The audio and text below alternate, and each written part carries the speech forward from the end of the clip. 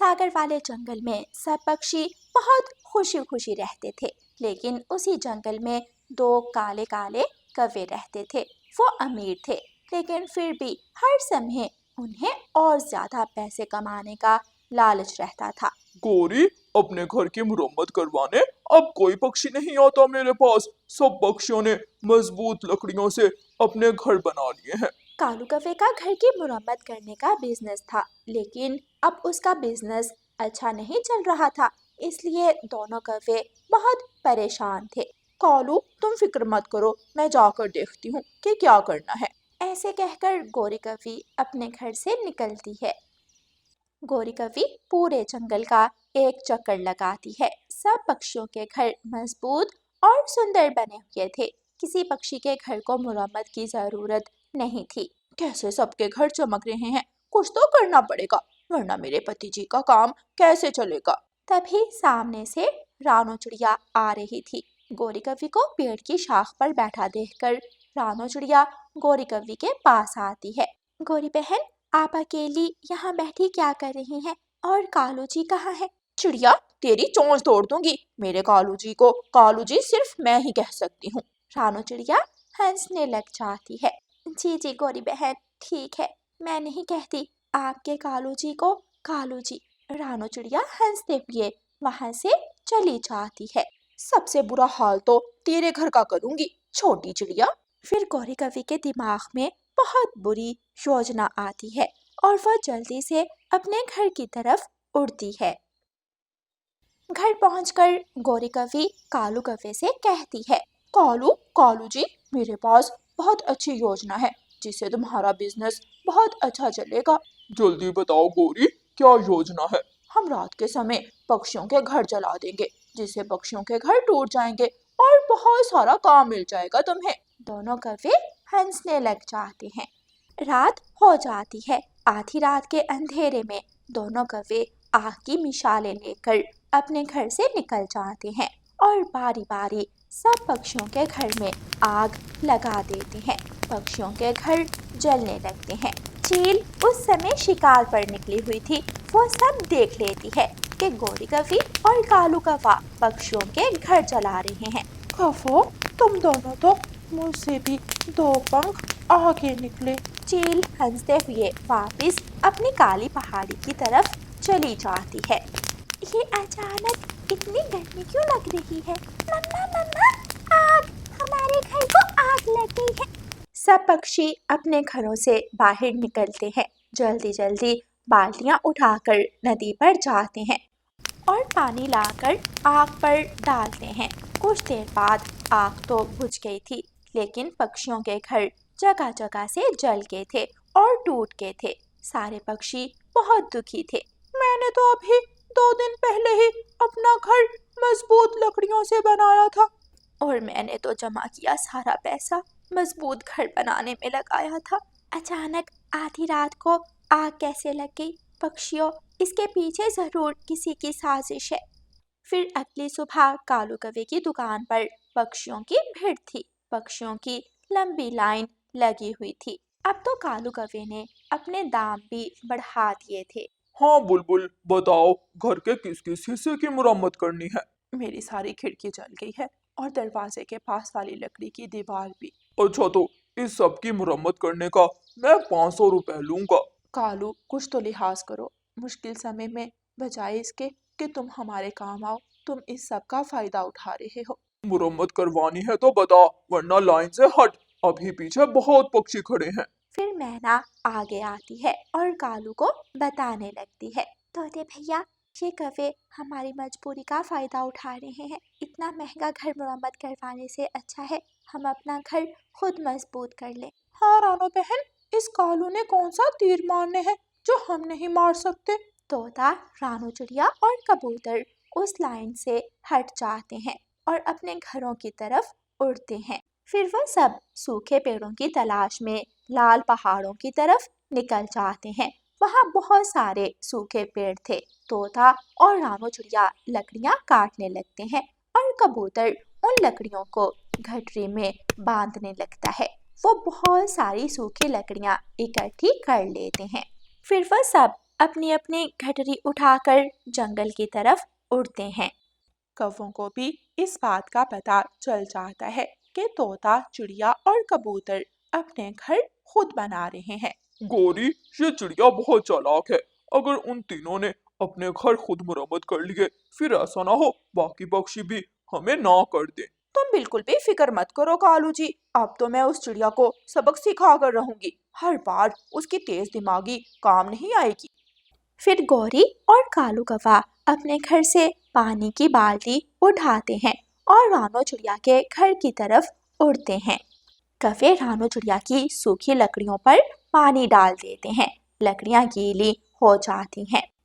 फिर तोते और कबूतर दोनों की लकड़ियों को भी गीला कर देते हैं। इस बार भी चील कौवों को देख लेती है। एक तो शिकार नहीं मिल रहा और ऊपर से ये कौवे रोज उल्लुओं की तरह इधर उधर घूमते रहते हैं। चील फिर से वापस लौट जाती है। अगली सुबह तोता, कबूतर और चिड़िया बड़े पेड़ के नीचे जमा हो जाते हैं। हो ना हो दोस्तों, ये सब कौवों की चाल लग रही है मुझे, लेकिन फिर भी हम उस कौवे से अपने घर की मुरम्मत नहीं करवाएंगे। जंगल में सूखी लकड़ियों की कमी नहीं है, हम दोबारा से लकड़ियाँ लेने जाएंगे। फिर वो सब फिर से लाल पहाड़ों की तरफ लकड़ियाँ लेने चले जाते हैं। वहाँ उन्हें चील मिल जाती है। भागो रानो बहन भागो, सामने मौसी चील बैठी है। तोते, मुझे मौसी मत बना अपनी, तेरा मेरा भला क्या रिश्ता। चील, हम पहले ही बहुत परेशान हैं, प्लीज चली जाओ यहाँ से। एक तो तुम पक्षी हर समय रोते रहते हो। मैं यहाँ किसी को खाने नहीं बल्कि उन कौवों की शैतानी बताने आई हूँ। चील अपनी आंखों देखा सब कुछ पक्षियों को बताती है। क्या ये सब आप क्या कह रही हो चील चाची? कभी मौसी बना देते हो, कभी चाची। रिश्ते बनाना बंद करो और जाकर उन कौवों को पकड़ो। रोज भूतों की तरह रात को घूम रहे होते हैं, मुझे शिकार भी नहीं करने देते। चील वहां से चली जाती है। दोस्तों, एक मजबूत डंडा तैयार करो और कौवों की दुकान पर चलो। फिर सब दोस्त डंडे उठाते हैं और कौवों की दुकान की तरफ चले जाते हैं और वहां मौजूद सब पक्षियों को कौवों की सच्चाई बताते हैं। काले कौवे, अब तू हमारे घर की मुरम्मत नहीं करेगा, बल्कि हम तेरी मुरम्मत करेंगे। सब पक्षी कौवों पर टूट पड़ते हैं। कुछ पक्षी कौवों को मारने लगते हैं तो कुछ कौवों की दुकान तोड़ने लगते हैं। कौवों की खूब पिटाई करके पक्षी वहां से चले जाते हैं। कालू, अब हमारी दुकान की मुरम्मत कौन करेगा? गौरी, दुकान छोड़ो, हमारी मुरम्मत कौन करेगा? ऐसे कौवे रोते रहते हैं। प्यारे दोस्तों, इस कहानी को लाइक, अपने दोस्तों के साथ शेयर और चैनल को सब्सक्राइब करना बिल्कुल मत भूलना। आपका धन्यवाद। सागर वाले जंगल में सभी पक्षी हंसी खुशी रहते थे। उसी जंगल में एक काली बिल्ली भी जंगल की गुफा में रहती थी। काली बिल्ली जंगल में घूम रही थी। उसे एक भी पक्षी नजर नहीं आता। फिर वो मीठे फलों के पेड़ के पास पहुंच जाती है। काली बिल्ली कुछ मीठे फल तोड़ती है और अपने सर पर रखकर अपनी गुफा की तरफ लौट जाती है। काली बिल्ली गुफा के अंदर जाती है। अंदर काली बिल्ली की बूढ़ी माँ बैठी हुई थी। मेरी प्यारी बेटी, क्या लाई हो मेरे लिए? माँ, जंगल के सब पक्षी बहुत चालाक और सावधान हो गए हैं। कोई अब दिन के समय जंगल में नहीं निकलता। मैं ये मीठे फल लेकर आई हूँ तुम्हारे लिए। मियाओ। दूर कर दो मुझसे ये मीठे फल, मुझे नहीं खाने। मैं अगर खाऊंगी तो मांस ही खाऊंगी, वरना मुझे नहीं खाना कुछ। काली बिल्ली की माँ अपना मुंह दूसरी तरफ करके बैठ जाती है और अपनी बेटी काली बिल्ली को खूब बातें सुनाती है। मैंने तुझे बचपन से अब तक पाल पोस कर बड़ा किया, एक दिन भी तुझे मांस खाए बिना सोने नहीं दिया, और अब जब तेरी बारी आई तो ये सस्ते मीठे फल उठाकर ले आती है। माँ, बस करो, मैं जाती हूँ जंगल में और इस बार मैं किसी ना किसी पक्षी का मांस लेकर ही आऊंगी। मियाओ। ऐसे कहकर काली बिल्ली गुफा से निकलती है और जंगल की तरफ जाती है। काली बिल्ली बड़े पुराने बरगद के पेड़ के नीचे एक कपड़ा बिछाती है, अपने सामने एक कटोरा रखती है और फटे पुराने कपड़े पहनकर बैठ जाती है। म्याऊं, मैं भूखी काली बिल्ली हूँ। पक्षियों, मेरी मदद करो। मेरी बेचारी बूढ़ी माँ घर में मांस का इंतजार कर रही है। अरे अरे, ये क्या बोल रही हूँ मैं? इस तरह तो कोई पक्षी मेरे पास नहीं आएगा। काली बिल्ली फिर से आवाज लगाती है। मेरी बूढ़ी माँ घर में बीमार पड़ी है। मुझे पैसों की जरूरत है। मेरी मदद करो। मियाऊं। ये दुख भरी आवाज किसकी है? किसी पक्षी की तो नहीं लगती। तोता अपना अमरूद उठाता है और काली बिल्ली के पास जाकर बड़े पेड़ पर बैठ जाता है और काली बिल्ली से कहता है, क्या हुआ काली बिल्ली? तुम्हारी हालत इतनी बुरी कैसे हो गई? मियाऊं। बस तोते भाई, क्या बताऊं? यहाँ आओ मेरे पास, मैं तुम्हें अपना हाल सुनाऊं। मियाऊं। तोता ये सुनकर 2 कदम पीछे होकर पेड़ पर बैठ जाता है। काली बिल्ली, मैं तुम्हारी मदद करने आया हूँ, लेकिन मैं इतना भी अच्छा नहीं हूँ कि तुम्हारा भोजन ही बन जाऊं। तोता अपना अमरूद पेड़ पर बैठे हुए ही काली बिल्ली के पास फेंक देता है और वापस घर की तरफ उड़ जाता है। मियाऊं। मनहूस मारा, गंदी शक्ल वाला, अपना अमरूद भी साथ ही ले जा। मुझे नहीं चाहिए तेरा अमरूद। मियाऊं।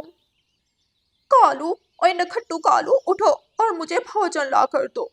लेकिन कालू कौवा तो घोंसले में बेसुध होकर सोया पड़ा था। गोरी कवि रसोई में जाती है, पानी का जग उठाकर ले आती है और पूरा जग कालू कौवे के ऊपर अंडेल देती है। कालू हड़बड़ाकर उठता है और उछलने लगता है। आ गई, बाढ़ आ गई, सब मरेंगे, अब कोई नहीं बचेगा, बचाओ बचाओ। बस बस, अब उछलना बंद करो और जाओ मुझे भोजन ला कर दो। गोरी, ये कैसी हरकत है? तुम्हारा पति हूँ मैं, मुझे तो लगा जैसे बाढ़ आ गई है। कालू जी, तुम ऐसा करो, आज खूब सारा अनाज जमा करके ले आओ। ऐसा ना हो कि बारिशों का मौसम शुरू हो जाए और हमारे पास भोजन ही ना हो। कालू कौवा भोजन की खोज में घर से निकल जाता है। पेड़ के नीचे काली बिल्ली सोई हुई थी, लेकिन उसके पास ही कटोरे में कुछ मीठे फल पड़े थे। ये काली बिल्ली हमारे जंगल में क्या कर रही है? जो भी कर रही है, लेकिन इसके पास कितने सारे मीठे फल पड़े हैं। काश मुझे मिल जाएं वो सारे फल। कालू कौवा चुपके से काली बिल्ली के पास जाकर बैठ जाता है और उसका मीठे फलों का कटोरा उठाकर तेजी से वापस पेड़ पर आकर बैठ जाता है। इतनी देर में काली बिल्ली की आंख भी खुल जाती है। मियाऊं। चोर कौवे, वापस कर मेरा भोजन, मुझे वापस कर, वरना तेरे लिए अच्छा नहीं होगा।